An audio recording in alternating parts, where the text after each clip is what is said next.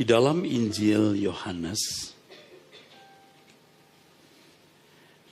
pasal 10 ayat yang ke-10, satu ayat yang sudah sangat populer, saudara.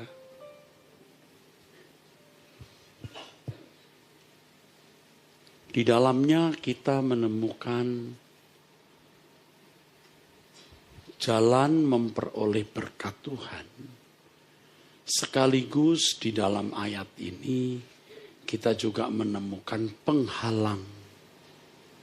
penghalang berkat Tuhan. Pencuri datang hanya untuk mencuri dan membunuh dan membinasakan. Aku datang supaya mereka mempunyai hidup dan mempunyainya dalam segala kelimpahan. Bertahun-tahun saya mengajarkan ayat ini, juga mengutip bahasa asli dari ayat ini, bahwa hidup yang dimaksud adalah hidup yang berkualitas atau zoe, dan kelimpahan yang dimaksud adalah kualitas hidup. Kualitas hidup yang tinggi. Kualitas hidup yang tinggi. Dalam bahasa aslinya perison atau perisos. Very highly in quality. Tetapi saudara, baru-baru ini Tuhan membukakan lagi satu hal yang harus saya bagikan kepada saudara. Terus terang dulu saya anti kemakmuran. Sampai kebablasan. Anti teologi kemakmuran. Ya. Yang dalam bahasa Inggris itu prosperity theology. Sampai kebablasan. Seakan-akan uang tidak diperlukan, kesehatan tidak diperlukan. Yang penting hidupnya berkualitas. Bagaimana bisa berkualitas kalau tubuh sakit? Bagaimana berkualitas kalau terus-menerus dalam kemiskinan? Bagaimana kita bisa menolong orang? Bisa mengangkat orang dari kebodohan, dari buta huruf, dari kemiskinan, yang itu pasti memiliki akibat, dampak, impact atau efek kepada kehidupan secara keseluruhan. Jadi mestinya kelimpahan juga menyangkut semua aspek atau dikenal sebagai holistik. Tetapi kita memang tidak menekankan materi, namun jangan kemudian kita menutup mata terhadap kebutuhan materi. Memang kita menekankan kesembuhan dan kesehatan jiwa, manusia batiniah. Tapi bukan berarti lalu kita melupakan, mengabaikan kesehatan tubuh. Tahukah saudara bahwa pencuri yang dimaksud di sini iblis? Pencuri dimanapun, kapanpun dari dulu datang mengambil yang bukan haknya, yang bukan miliknya.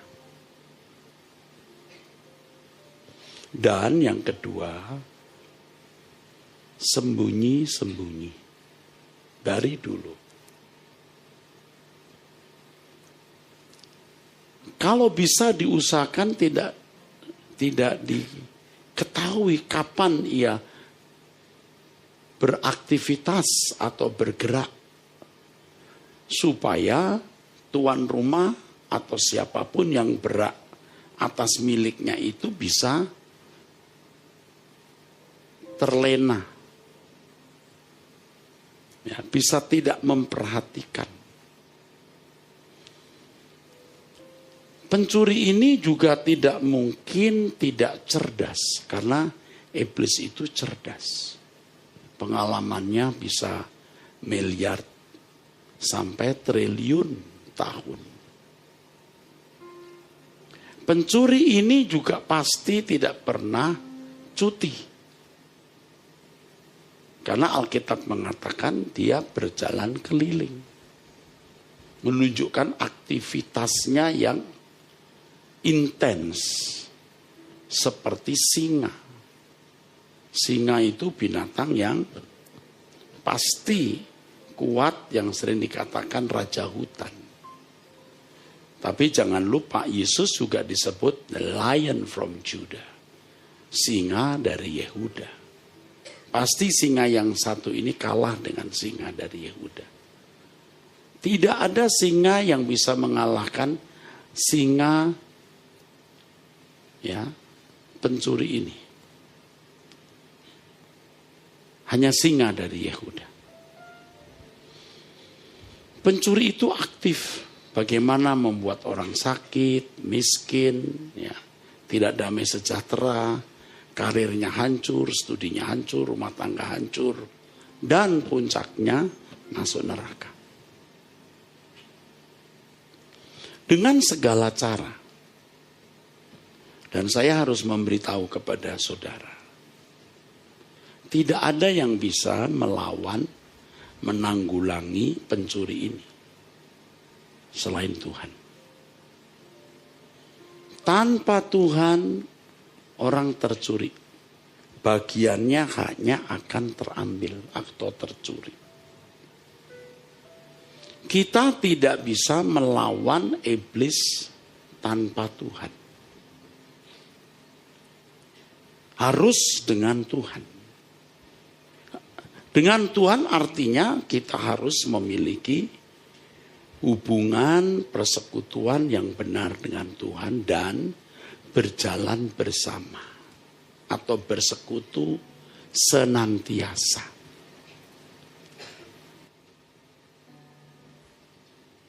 Sebagai pelayan Tuhan yang sudah 45 tahun melayani pekerjaan Tuhan. Sekarang lebih saya kira. Saya melihat sekarang ini saya melihat bagaimana orang-orang tercuri. Yang pertama tentu dari pengaruh dunia sekitar. Pengaruh dunia sekitar yang mengotori pikiran. Yang membuat ia tidak hidup suci. Jika tidak hidup suci, itu tidak akan diberkati. Nggak akan bisa. Ingat Yesaya pasal 59 firman Tuhan mengatakan, tanganku tidak kurang panjang menolong, telingaku tidak kurang tajam mendengar doamu. Tapi yang membuat pemisah antara kamu dan aku itu dosamu. Jadi doa ke gereja, tapi kok hidupnya tidak terberkati. Lalu biasanya saya menghibur yang penting karakternya baik nanti masuk surga. Oh iya harus. Masuk surga itu memang tujuan. Tapi di dunia ini kita juga tidak mau dipermalukan. Dan tidak bisa menjadi berkat. Saudara kan mungkin maaf bukan mungkin pasti pernah berpikir, kenapa saya gampang marah? Kenapa saya mesti mengucapkan kata itu? Mengapa saya masih punya pikiran zina?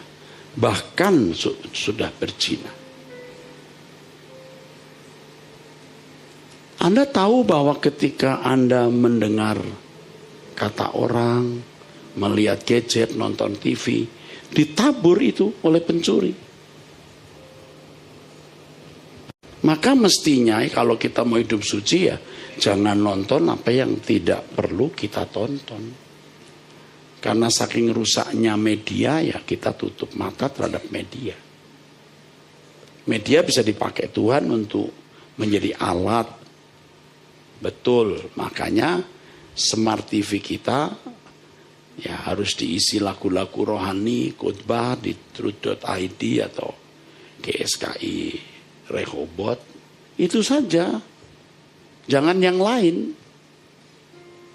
Kalau dulu sebelum tidur kita lihat dulu TV, ada film dari Netflix atau HBO apa ya, atau berita apa. Sekarang harus sudah mulai strict, nah. Ya kadang-kadang kita lihat pemandangan alam, kadang-kadang kita lihat bencana, supaya tahu kalau lagi ada bencana.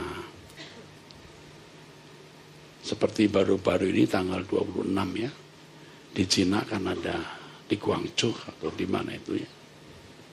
Angin badai, hujan es. Ya. Baca berita sekilas saja, koran saya selalu ada. Saya baca bagian depan perkembangan perang di Gaza. Oh sekarang sudah ada ini ya keputusan dari PBB, ya, harus ada gencatan senjata. Amerika tidak memveto, Amerika mengecewakan Israel. Tapi Israel keras kepala, tetap dia perang. Wah ini kalau terus begini mau jadi apa dunia? Nah, ini tanda kedatangan Tuhan. Kalau sampai Israel dikeroyok dunia itu sebenarnya signal. Itu isyarat.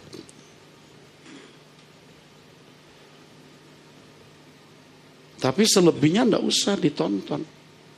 Apalagi nonton film yang tidak patut. Itu ditaburi. Nanti akhirnya ya pria-pria tidak kudus matanya. Apalagi kalau sampai ada the other woman. Ya, the other woman. Wanita lain maksud. Jadi dengan istri tidak rukun, rumah tangga tidak rukun, berkat tidak turun. Nanti istri kecewa, sakit, kecewa, kepahitan, jadi kanker, tumor. Lihat bencana, dimulai dari tontonan yang tidak perlu, percakapan yang tidak perlu.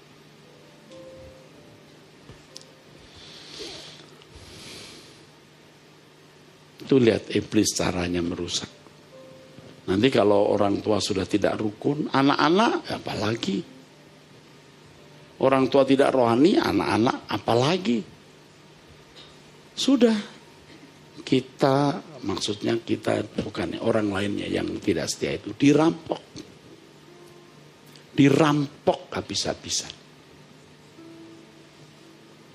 Tanpa kita sadari, kita tidak peka dengan siapa bergaul, tidak peka dengan apa yang tidak perlu dilihat. Itu dia. Pencuri itu mencuri. Sehingga hak saudara yang mestinya saudara miliki, tidak saudara nikmati.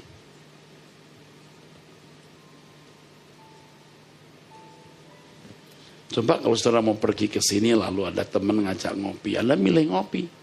Anda sudah membuka pintu itu terhadap kuasa gelap masuk dalam bentuk pemikiran.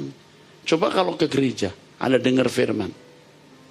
Pintu terhadap dunia makin sempit, tertutup, dan pintu untuk Tuhan terbuka.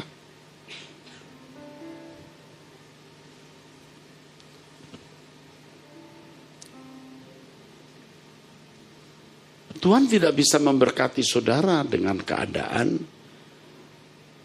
yang compang-camping secara rohani ini, karena dunia memang memporak-porandakan hidup saudara. Kalau saya sering berkata begini saudara, lawan persoalanmu dengan kesucian. Itu bukan sederhana. Dengan suci orang bersekutu dengan Tuhan, dengan suci orang berjalan dengan Tuhan. Siapa lawan dia kalau berjalan dengan Tuhan? Dia akan peka juga kalau ada sesuatu yang masuk di dalam pikirannya, dia tahu. Ini kalau jemaat ya. Nah, dengan keadaan yang porak-poranda itu, nanti sakit, ekonomi berantakan, nggak bisa melayani Tuhan. Ya orang melayani tidak harus ke gereja. Uangmu itu bisa melayani. Yang membawa penginjil ke daerah, yang membuat orang buta huruf bisa membaca di daerah, yang membuat orang yang tadinya di setting iblis jadi perempuan yang jual diri ya, PSK itu ya.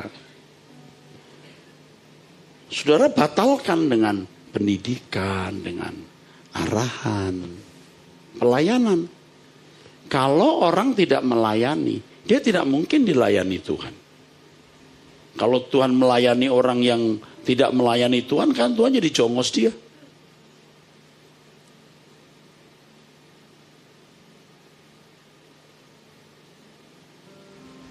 Tapi kalau orang melayani Tuhan, nah itu pekerjaan Tuhan, saudara. Maka Tuhan akan pasti melindungi, memberkati. Makanya prinsip hidup orang itu begini nih, kalau yang mau suksesnya, hanya satu yang kuurusi, Tuhan. Aku tidak mengurus yang lain, hanya Tuhan yang kuurus. Tapi Tuhan gak butuh apa-apa. Jadi gimana? Ya orang di sekitarku yang harus kulayani.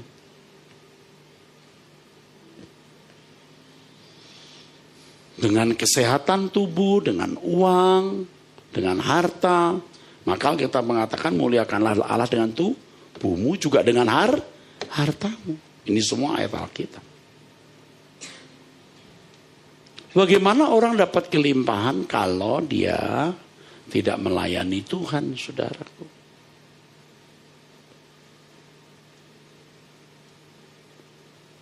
Harus melayani Tuhan. Tidak ada orang yang tidak melayani Tuhan masuk surga. Tidak ada. Maksud saya kalau surga kita itu rumah Bapa ya, dimuliakan bersama Yesus. Karena orang-orang yang dimuliakan bersama Yesus itu, Roma 8:17, orang yang menderita. Tuhan, aku hanya mengurus Engkau. Jadi kalau aku berbuat sesuatu untuk orang di sekitarku itu karena Tuhan.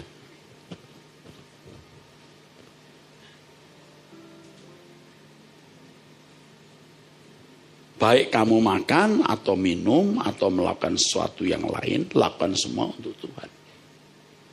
Ini tingkat yang lebih tinggi ya saudara ya.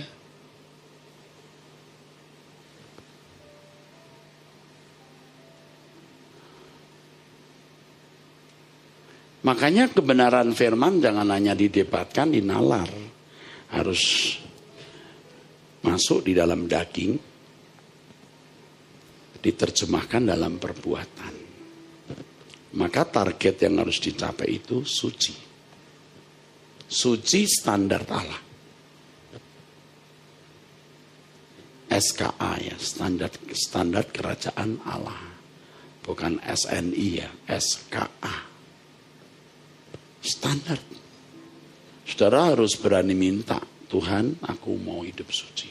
Betapa indahnya hidup suci. Dibayangkan, waduh, menjadi orang saleh Tuhan. Nah, kalau orang sudah memiliki kesucian, artinya kemampuan bertindak presisi tepat seperti yang Allah kehendaki, maka dia akan pasti bisa melayani Tuhan dengan baik, saudara. Pasti dia bisa diajak menderita. Banyak saudara yang jauh dari standar ini. Sekarang saya mau ajak saudara untuk sadar ya. Ayo kita berubah. Kita sadar ya. Kita berubah, saudaraku. Nah, itu cara iblis mencuri dari satu aspek. Ini semua manuver kuasa gelap. Lalu aspek lain, saudara, yang ini, wah ini tidak bisa ditangkap. Kuasa kegelapan yang secara supranatural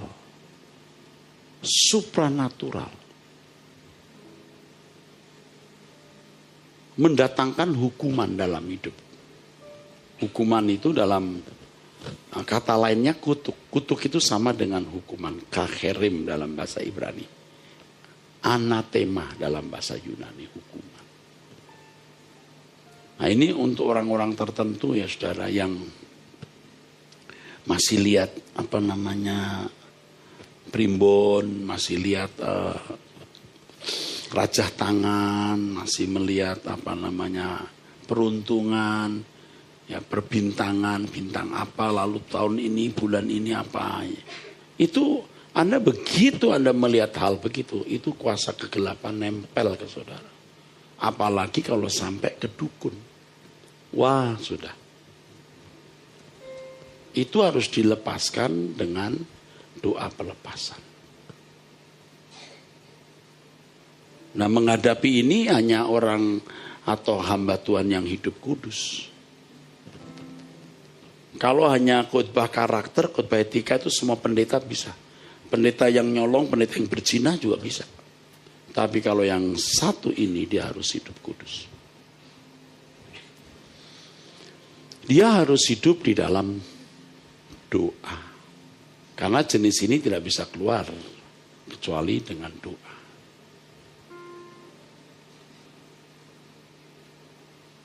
Dan ini banyak terjadi tanpa disadari. Ada yang dari kecil diserahkan ke dewa, disembayangin, pernah minum minuman yang diberi dukun. Ini nggak hilang, saudara. Kecuali dalam kondisi ekstrim orang itu setia ikut Tuhan, nah, itu pelepasan bisa terjadi. Rata-rata nggak hilang, nggak hilang, itu nempel. Dan itu bisa dibangkitkan itu dalam suasana urapan yang kuat dan hamba Tuhan yang diurapi kuat baru keluar dia. Kalau nggak keluar, dia nempel aja di situ.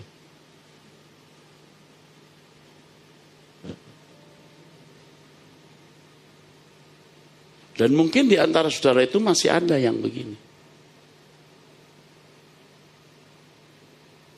Maka saya mengajak kepada hamba-hamba Tuhan yang ada di sini. Satu kata 3 huruf. War. You know war? Perang.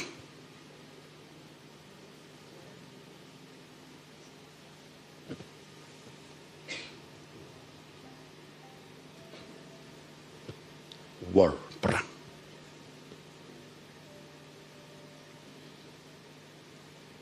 Ternyata di Gajah Mada saya the first time shouting war, meneriakkan pakai perang.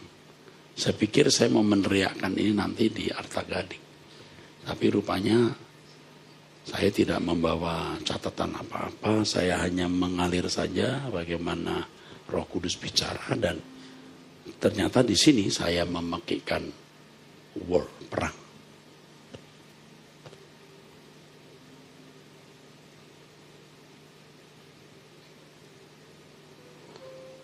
Saya sudah berdoa sebenarnya saudara untuk soal ini. Dan ada sedikit kegentaran. Karena ini berat. Kalau kita meneriakkan perang ini berat. Suatu hari baru-baru ini saya berdoa, ya.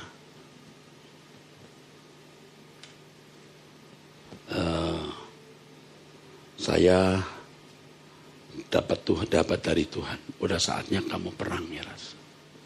Aduh, ini berat. Sejak kita meneriakkan perang tidak boleh bikin dosa sama sekali. Mati kita. Aku minta tanda sama Tuhan. Tuhan, aku minta tanda. Bicaralah. Saya sering melatih telinga rohani saya dengan mencari ayat Alkitab. Belum pernah saya kasih tahu siapapun, baru kali ini. Tapi saya sudah minta izin Tuhan untuk beritahu. Sebenarnya saya mau kasih tahu itu kepada hamba-hamba Tuhan, nanti kalau ketemu pribadi saya beritahu. Tapi rupanya kali ini saya sejahtera. Jadi saya melatih telinga saya dengan Tuhan bicaralah padaku, beri satu ayat. Dan saya harus diam dan mendengar suara. Yeskiel, saya buka Yeskiel. Ketika Yeskiel saya buka itu ada sekian banyak pasal. Pasal berapa Tuhan? Sekian. Saya buka ayat. Muncul ayat-ayat banyak. Ayat pasal dapat, ayat belum. Apa ya Tuhan? Itu melatih. Dan jangan coba-coba. Kalau belum. Ya. Kalau dulu kan gini. Saya pun juga begitu kadang-kadang. Dulu. Tapi setelah saya belajar untuk bergaul dengan Tuhan, karena Tuhan juga sering memberi marifat gitu waktu mendoakan orang, ya saudara. Jadi saya kira Tuhan bisa memberi ayat ke saya. Nah ketika saya tanya Tuhan, ini gak main-main nih perang nih Tuhan. Saya doa, beri tanda. Lalu muncul kata bilangan. Saya buka bilangan. Bilangan 7. Nah saya dibuka, ini bukan isi khotbah. Bilangan. Tak saya buka bilangan. Terus ayatnya Tuhan. Kan muncul banyak angka ya. Tiba-tiba 7. Saya buka 7. Oh 7. Oke, saya belum buka. 7 sudah saya buka pasal bilangan 7. Ayatnya apa ya? Saya diam, saya menyembah. Hibokashana hitamama doroli imak. Tuhan, muncul 42. Saya buka 42. Kalimatnya begini, pada hari ke-6 pemimpin Bani Gad Eliasa bin Rehuel. Wah, salah. Ini apaan? Oh ya, sebelum saya minta tanda, saya udah doa, Tuhan ini soal perang loh. Tuhan kasih saya ayat soal perang loh. Jadi bukan ayat untuk yang lain, pokoknya soal perang. Jadi kalau bukan soal perang, saya salah itu. Jadi ketika bilangan 7 ayat 42, 7 bilangan, ya tidak cepat ya saudara, saya diam dulu. Dapat bilangan dulu, lalu 7, lalu ayat 42. Muncul, pada hari ke-6 pemimpin Bani Gad Eliasa bin Rehuel. Wah salah ini. Aduh salah ini. Tapi Tuhan tidak mungkin salah. Lalu saya cari siapa Gad. Ternyata dari anak Yakub itu panglima perang. Nanti kalau kita lihat sejarahnya, dia yang paling banyak diserang, disakiti.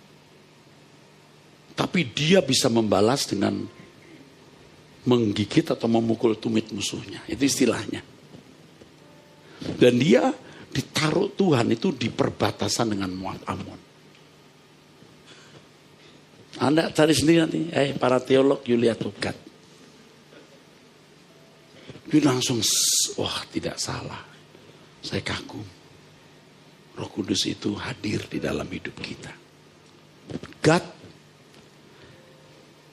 Kalau saya dikasih ayat perang-perang mungkin ya kebetulan. Ini enggak loh. Gad dan Eliasaf bin Rehuel ini panglimanya. Jadi ini ya Gad ini, waduh kalau sejarahnya ya. Dia yang disuruh Tuhan untuk membantu saudara-saudaranya. Ketika berperang melawan, dia ini suka perang. Jadi kalau saudara-saudaranya dalam kesulitan untuk memperluas daerahnya, Gad yang sudah punya daerah dia membantu saudaranya. Jadi saya beritahu di sini, tidak usah di kafe. Yang tadi saya mau berkata, nanti saya kasih tahu ini. Tapi sekarang saya kasih tahu jemaat. Hanya jaga hati supaya tidak sombong. Anda boleh tanya Roh Kudus, saya ngarang atau tidak. Muka saya muka bohong atau muka tidak. Itu tanya Roh Kudus paling tepat. Perang. Jadi kita harus perang. Tidak boleh pasif. Tidak boleh defensif. Kita harus ofensif. Kalau pendeta ofensifnya itu melindungi jemaat. Menyampaikan firman dengan urapan. Supaya merubah karakter. Sementara hidupnya jadi teladan. Lalu hadir dengan kuasa. Dan untuk perang ini ada satu yang ditakuti iblis dalam hidup kita. 3 kata juga. 3 huruf, 1 kata. Doa. Sama, 1 kata, 3 huruf. Doa. Itu yang ditakuti. Karena doa itu membuat seorang berjumpa dengan Tuhan. Dan perjumpaan ini segalanya, saudara. Artinya Tuhan bisa mencurahkan hikmat, marifat, kuasa. Setan gak takut Anda mau doktornya 2, 3 gelarmu. Setan takut orang yang seperti Musa. Yang naik ke gunung mukanya bercahaya. Yang naik ke gunung ketemu Tuhan, arus. Seperti arus listrik ya. Arus tegangan Tuhan mengalir. Itu setan gak berani lawan.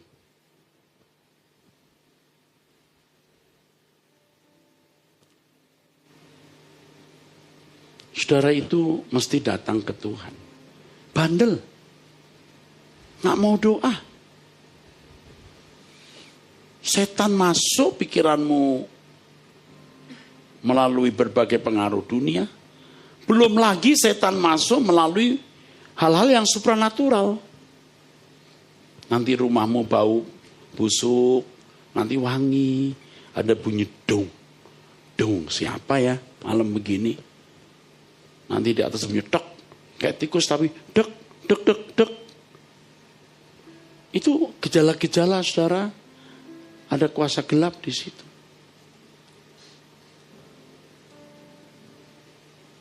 Saya bisa mencium. Ada kuasa kegelapan di sini. Tapi juga setan takut dengan terabaan tangan saya. Bukan sok, benar. Ada satu toko yang di Mall Arta Gading yang suka diganggu kuasa gelap. Saya berkata begini, Anda jangan ngundang saya nggak datang ya. Saya bukan dukun ya, Anda doa sendiri. Ini yang jaga bukan orang Kristen. Tapi yang punya orang Kristen. Pak, saya datang situ terus karena saya dikasih tahu. Itu suka bunyi kelinting, kelinting, kelinting. Bunyi kalau ada tamu datang itu kan bunyi. Ada kan ada toko yang ada bunyi kerincing kalau tamu datang. Itu nggak ada angin, nggak ada apa bunyi cing cing cing cing cing gitu. Oh gitu. Saya ngomong sama dia. Ini orang-orang non Kristen. Kamu sering lihat kan di sana? Saya tunjukin tempatnya di situ. Kamu lihat. Dia menghadap ke sono. Iya Pak. Serius. Pak Yuda waktu saya cerita di depan orang itu denger ya. Iya Pak. Dia sering melongok gini kan. Tung, tung, muncul silang. Iya Pak. Saya nggak dikasih tahu dia. Tapi saya tahu. Terus, kamu sering diganggu begini kan? Shh, shh, shh, gitu kan? Iya Pak, shh, shh, gitu. Siapa yang kasih tahu saya? Roh Kudus. Ada Roh Kudus di sini. Terus saya bilang, nanti saya pegang nih. Sejak ini nggak ada. Mungkin saya nggak pegang pintunya tuh. Saya pegang di belakang, saya raba gini. Udah, nggak ada. Saya cuma pegang dan raba. Dia bau badan saya, dia nggak bisa masuk. Bukan sok. Serius. Ada Pak Alvin ya. Dia pernah bawa satu orang yang dari kecil dilengkapi kakeknya. Pegangan atau asuhan gitu.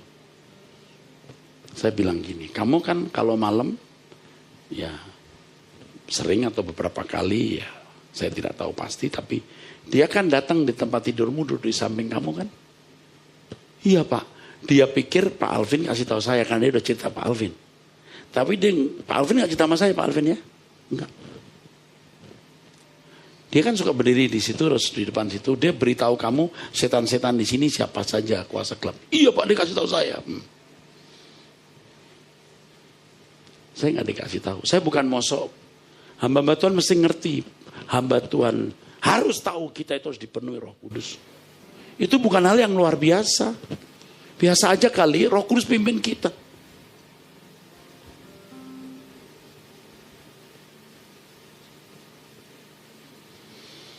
Maksud saya bicara ini mengencourage para pendeta.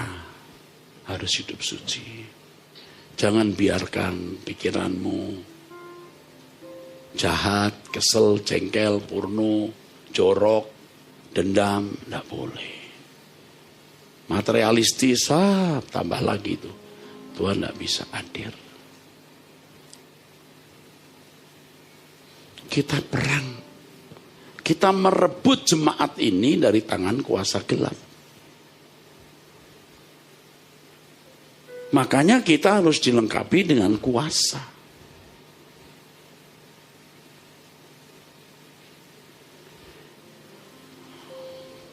Jangan anggap ringan, saudara. Iblis ini, wah, jahat sekali, jahat sekali, jahat sekali.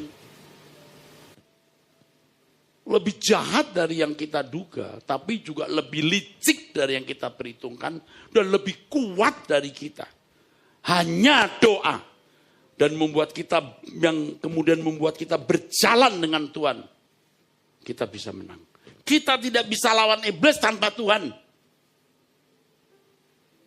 Dengan Tuhan itu artinya bukan hanya bisa berdoa lalu jadi Kristen. Berjalan dengan Tuhan, hidup dalam persekutuan dengan Tuhan. Tuhan dalam kita, kita dalam Dia. Paham? Mari kita beri tepuk tangan untuk Tuhan.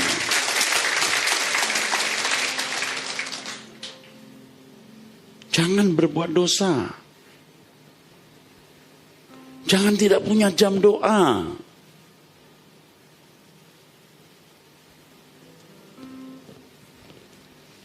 Bukan mau tebar pesona. Nyawa saya di situ sekarang. Udah.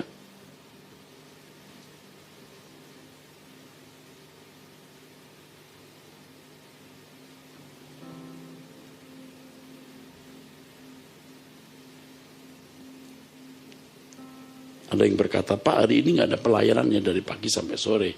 Jadi gak ada kegiatan. Ada. Doa itu lebih dari segala kegiatan. Itu prime time, itu me time kita. Loh, saudara mau kenal Allah semesta alam yang menciptakan langit dan bumi kok nggak mau loh? Kenapa? Jangan membuat ukuran ganda. Ini kalau pendeta begitu, kalau jemaat tidak. Kita punya satu ukuran. Yaitu Tuhan Yesus. Tuhan Yesus itu kadang-kadang atau entah berapa kali ya, semalam suntuk bisa berdoa. Bangun pagi dia doa. Makanya kalau di luar kota kadang-kadang saya pagi keluar, saya cari tempat sepi, saya duduk di situ, saya berdoa.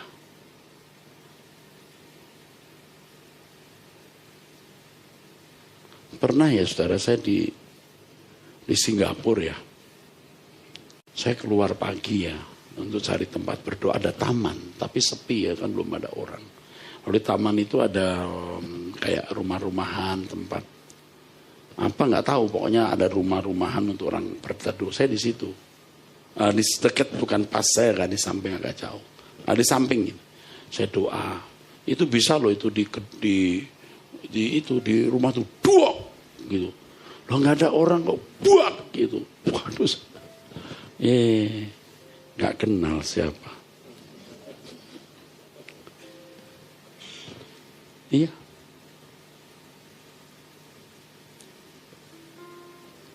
Nanti saya dengarkan bunyi burung-burung kan ramai banget tuh Singapura. Mulai agak siang mulai ada bunyi-bunyi. Wah, saya menyembah Tuhan. Burung-burung di pohon memuji Tuhan. Waduh, puji Tuhan nih.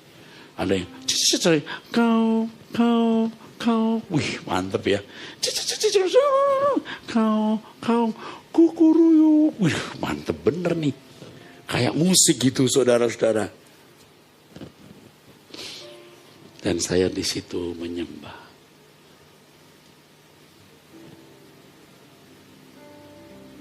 Haleluya. Terpuji namamu. Haleluya. Begitu. Jadi pada waktu Tuhan bicara perang, ya Tuhan, saya doa lagi. Dan saya merasa, ini subjektif ya. Begitu seorang hamba Tuhan bilang, aku bersedia. Surga mempersiapkan.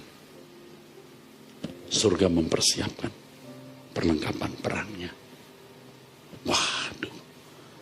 Itu mah fantasi Pak Eras. Nggak apa-apa, orang bilang saya berfantasi. Nggak apa-apa, udah. Nanti kita lihat. Jadi begitu, ya Tuhan, itu surga mulai mempersiapkan perlengkapan perang. Malaikat-malaikat yang akan dipersiapkan untuk berperang. Melawan pencuri itu, saudaraku. Amin. Jadi Bapak Ibu,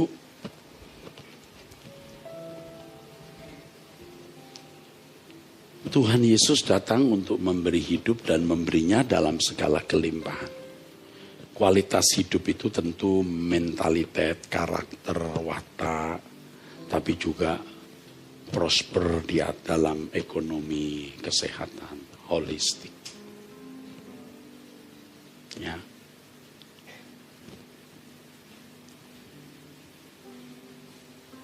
Satu hal yang pasti, kamu tidak akan dipermalukan. Orang yang mencari Tuhan sungguh-sungguh, kelihatannya nasibnya nggak diubah, keadaannya tetap konstan, nggak rubah-rubah. Enggak. Tidak. Tuhan kontrol semua. Tuhan kendalikan. Saya bukan manusia kemarin sore yang baru hidup. Saya melewati 45 tahun lebih pelayanan, Pak. Dan saya tidak melewati jalan mudah, jalan sulit. Kemiskinan, kondisi terjepit, fitnah. Wah, beberapa masalah hukum. Melewati itu. Dan satu hal yang Tuhan tidak permalukan kita. Jadi Bapak Ibu saudara sekalian, hanya Tuhan yang bisa menolong. Hanya Tuhan. Tuhan harus menjadi segalanya dalam hidup kita. We can't live without Him, without Him. Not ceasing prayer. Tidak pernah berhenti untuk berdoa. Mahasiswa STTE saya suruh berdoa 30 menit setiap hari. Saya tidak yakin mereka berdoa. Karena kalau saya lihat ruangan, kok saya jarang lihat orang berdoa. Tapi nanti akan saya wajibkan. Saya akan ikut doa. Saya minta waket 1 siapin waktu saya berdoa dengan mahasiswa. Jadi tiap hari kalau saya di sana ambil 30 menit. Saya doa sendiri di altar, mereka harus pilih semua di kursi. Dan ingat ya, saya marah kalau tidak berdoa. Saya marah. Kamu akan menjadi orang-orang yang hanya bergelar lalu kamu dikirim. Saya tidak mengirim hamba Tuhan, saya ngirim penyamun. Karena karaktermu tidak akan terbentuk tanpa Tuhan. Saya minta waktu. Setiap hari itu harus ada waktu. 30 menit atau 1 jam. Tidak apa-apa. Nanti saya, nanti Pak Yehuda. No choice. Tanpa doa tidak bisa. Apa modal kita? Kita butuh dana begitu bermiliar-miliar. Tuhan selalu cukupi. Tapi kalau kita tidak berdoa nanti melarang, nggak ada uang, ambruk. Nggak ada sekolah yang menempati satu gedung yang commercial space 11.000 lebih meter. Berapa miliar bayarnya tiap bulan? Jemaat di sini pernah ditagih-tagih kolektor per bulan? Enggak pernah. Paham? Karena kita percaya Tuhan hidup mencukupi kebutuhan kita.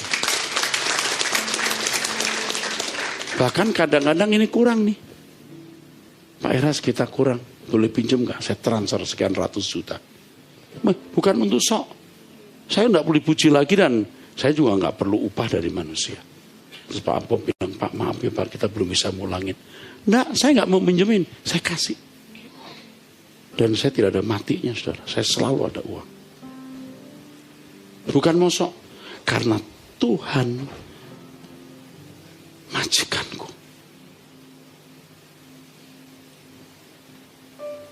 Majikanku. Tidak pernah mati. Saya sudah berkata, teruskan. Tidak ada di sini, kita pindah cari tempat lain. Nggak akan mati. Tidak akan. Karena Allah itu hidup.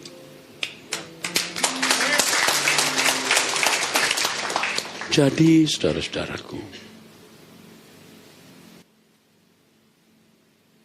jangan ragukan Tuhan.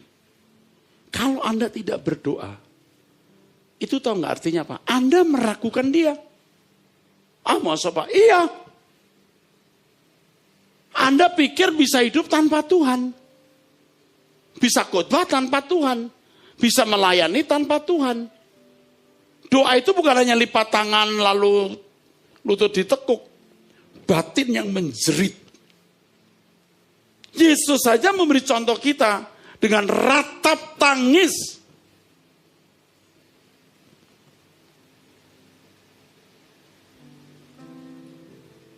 Dengan passion yang kuat.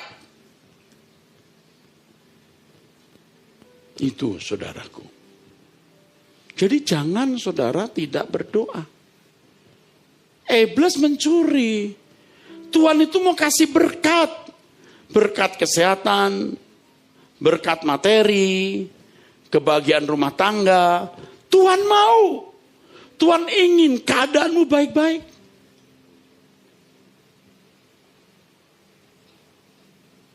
Dan karaktermu dipersiapkan untuk masuk langit baru, bumi baru. Saudara yang tidak serius. Bisa loh. Mengalahkan ke gereja dengan makan bubur. Makan bubur setelah ke gereja. Kok murahan banget Tuhan di matamu ini, apaan sih? Bisa loh karena mau nonton bola atau tinju. Nggak ke gereja. Bisa loh. Itu kan namanya Anda tidak menghormati Tuhan. Anda meragukan Dia. Saya sudah melewati momen-momen di mana saya berdoa Tuhan seakan-akan tidak jawab. Seakan-akan Tuhan tidak peduli. Sampai waduh benar-benar ini bisa hancur Tuhan. Tapi tidak pernah loh hancur. Tuhan tidak pernah buru-buru dan tidak pernah terlambat.